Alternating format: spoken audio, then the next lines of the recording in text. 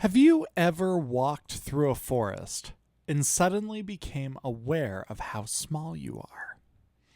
Not frightened, not even uncomfortable, just aware. The trees rise hundreds of feet overhead. The trail disappears around the next bend.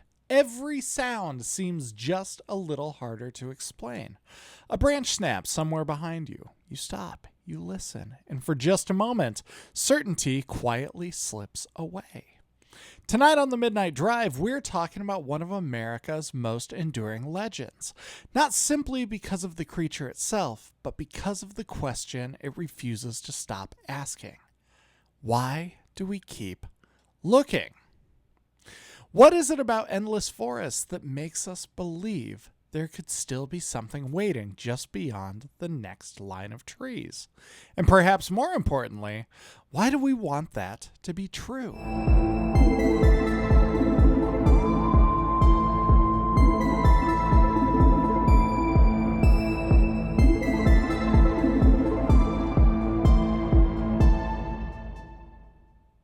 All right, just imagine it. You've been hiking for hours, all right? The trail winds quietly through an old-growth forest somewhere in western Washington.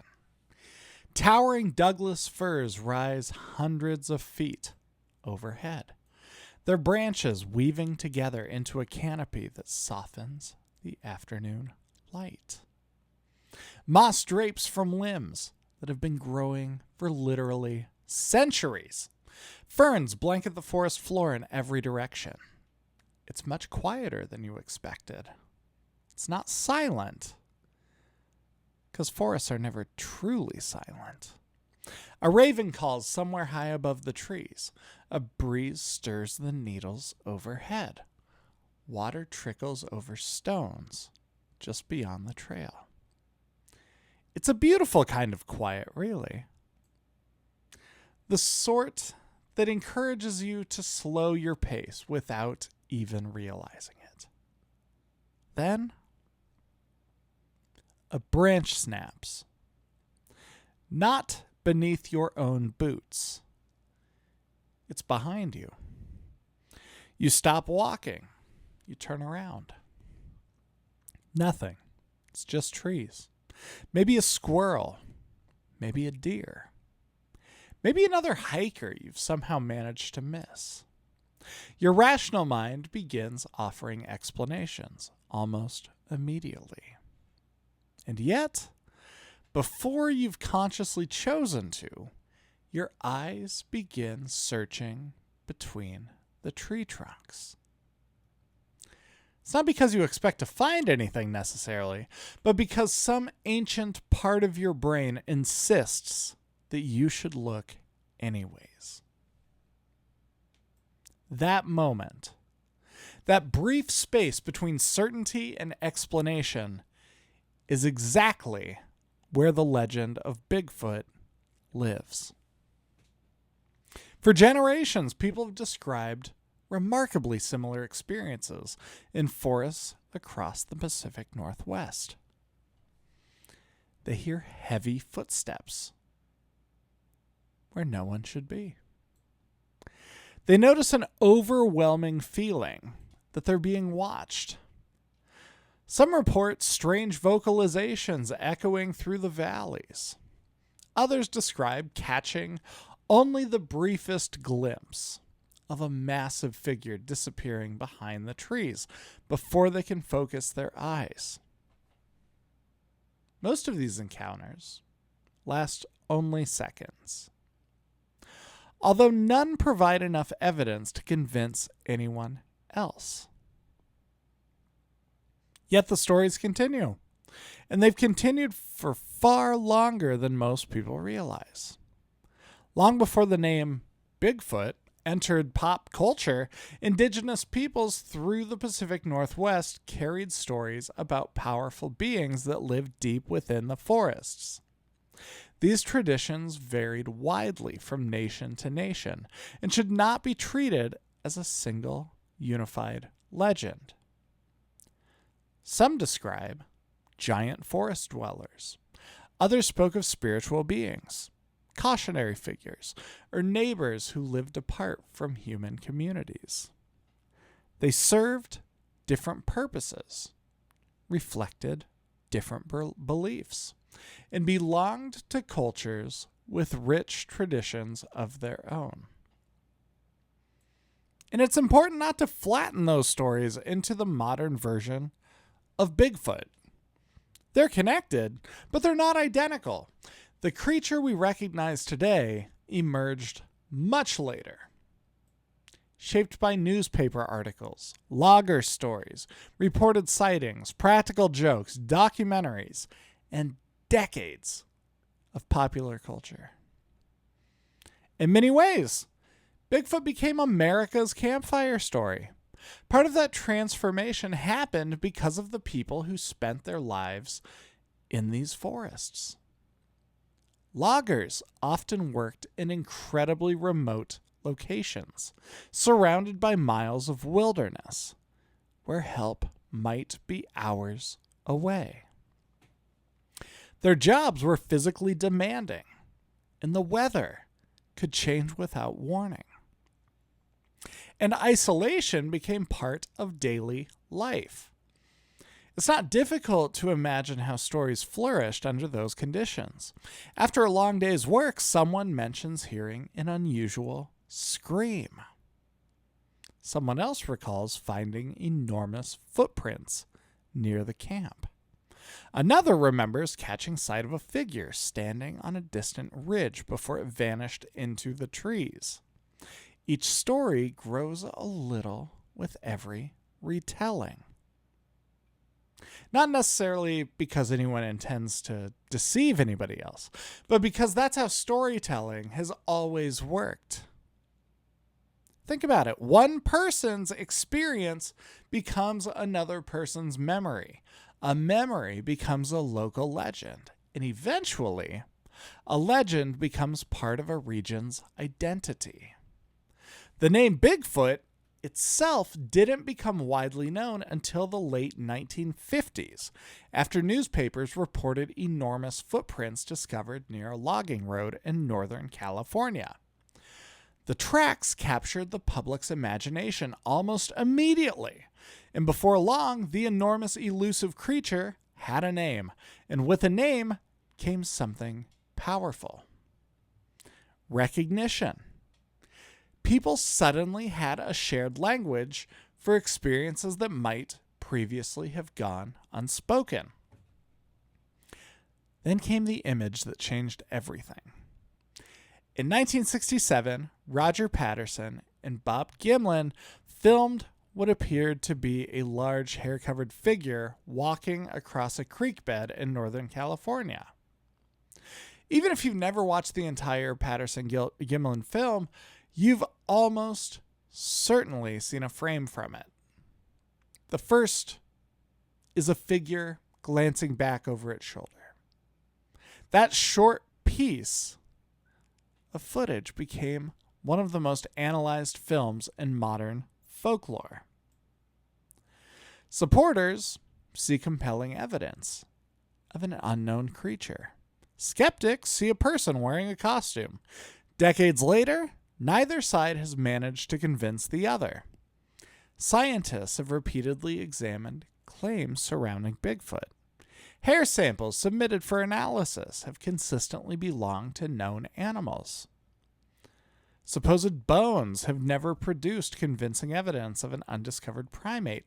Many famous footprints casts have eventually been linked to hoaxes or misidentifications.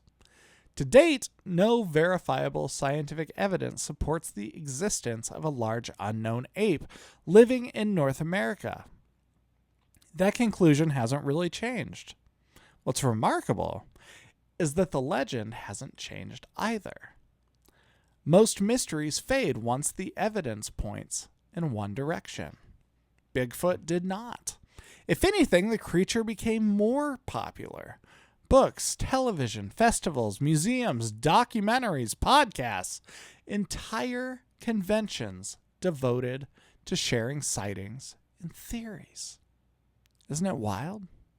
We'll have more on Bigfoot next, right here on the Midnight Drive.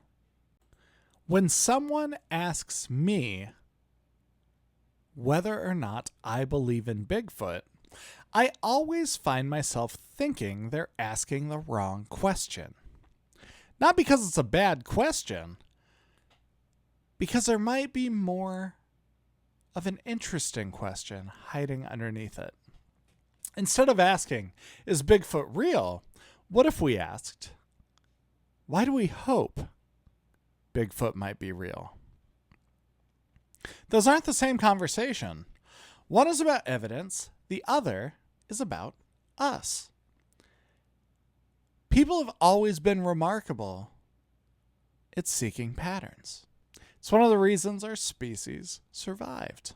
Imagine walking through a forest thousands of years ago. Something moves in the brush. Maybe it's another person. Maybe it's a bear. Maybe it's nothing more than the wind bending tall grass. Your brain has to make a decision. Fast. If you assume there's nothing there, and you're wrong, the consequences could be very serious. If you assume something is there, and you're wrong, you've simply been a little cautious. Evolution has a habit of favoring caution. Over countless generations, our minds became exceptionally good at noticing movement, recognizing faces, connecting unrelated details, and building stories from incomplete information. Sometimes they're almost too good at it.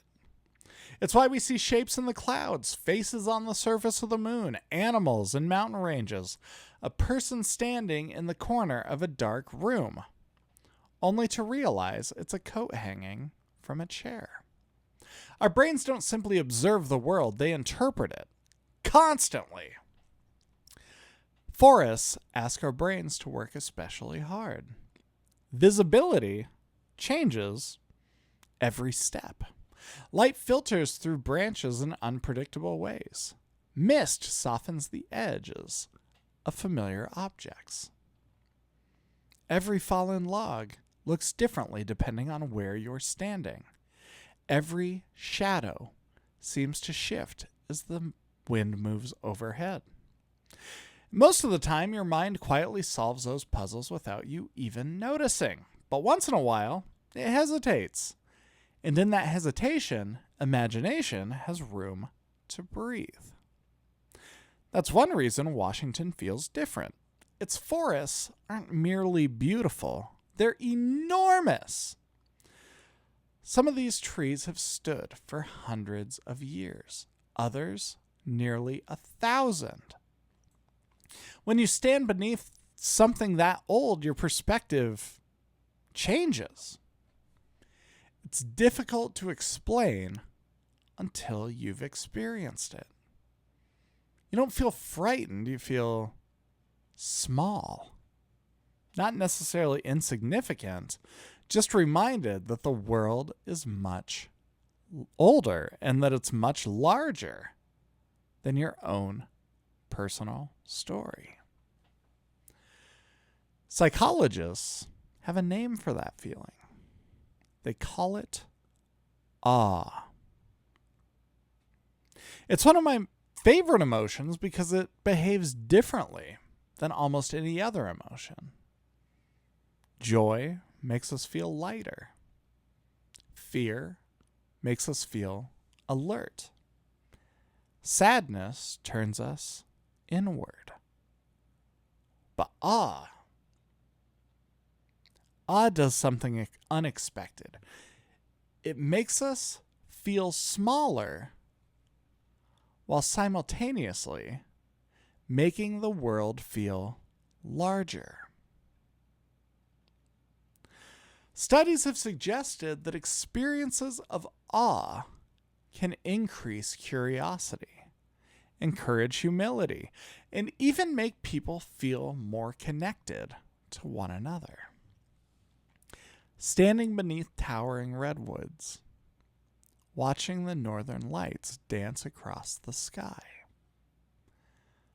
Looking into the Grand Canyon for the first time, or hiking alone through a rainforest where every tree seems older than recorded history.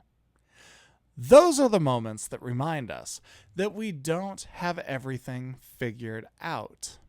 And perhaps that's exactly where Bigfoot belongs. Not in the category of proven animals, not even in the category of monsters, but alongside all the things that remind us certainty isn't the only way to experience the world. There's something else I find fascinating about Bigfoot. Compared to other legendary creatures, he's surprisingly peaceful. Think about it. Vampires hunt people. Werewolves attack villages. Sea monsters sink ships. Ghosts are often portrayed as frightening and terrorizing bystanders. Even dragons usually guard treasure or breathe fire. Bigfoot mostly walks away. If the stories are to be believed, people spend far more time trying to find him than he spends time trying to find us. It's a bit unusual, right? Maybe Bigfoot isn't a monster at all. Maybe he's become a symbol of wilderness untouched by highways, shopping centers, parking lots, and streetlights. A reminder that somewhere there might still be places where nature doesn't care whether we've arrived or not. I wonder if that's what people are really searching for. Not necessarily a giant ape, but a feeling. The feeling that the map isn't quite finished yet. When we're children, wonder comes naturally to us. A cardboard box becomes a spaceship.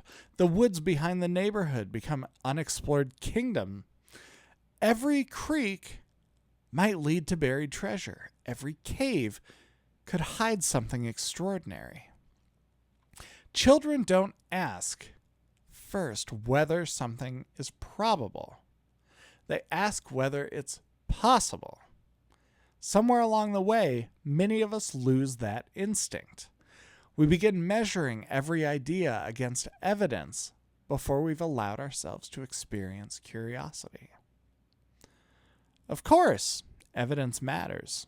Science matters. Reality matters. But I don't think adulthood requires us to abandon wonder. In fact, I think we need it. Because a world where every mystery has already been solved feels strangely smaller. Maybe that's why people continue searching. Not because they're ignoring science, but because it's searching in and of itself is meaningful. There's hope in it. There's adventure. There's curiosity. Even if what you discover is nothing more than birdsong, sunlight filtering through the cedar branches, and the quiet realization that you've been smiling for the last mile. Maybe that's enough. The next time you find yourself walking through an old forest where towering trees soften the light and where every bend in the trail hides what's just beyond it, and where a single snapping branch causes you to pause for only a moment, don't be too quick to dismiss that feeling. Not because Bigfoot might be standing behind the next cedar, but because for just an instant, you've remembered something adulthood has a habit of making us forget. The world is still capable of surprising you, and perhaps that's the real reason why we've never stopped looking.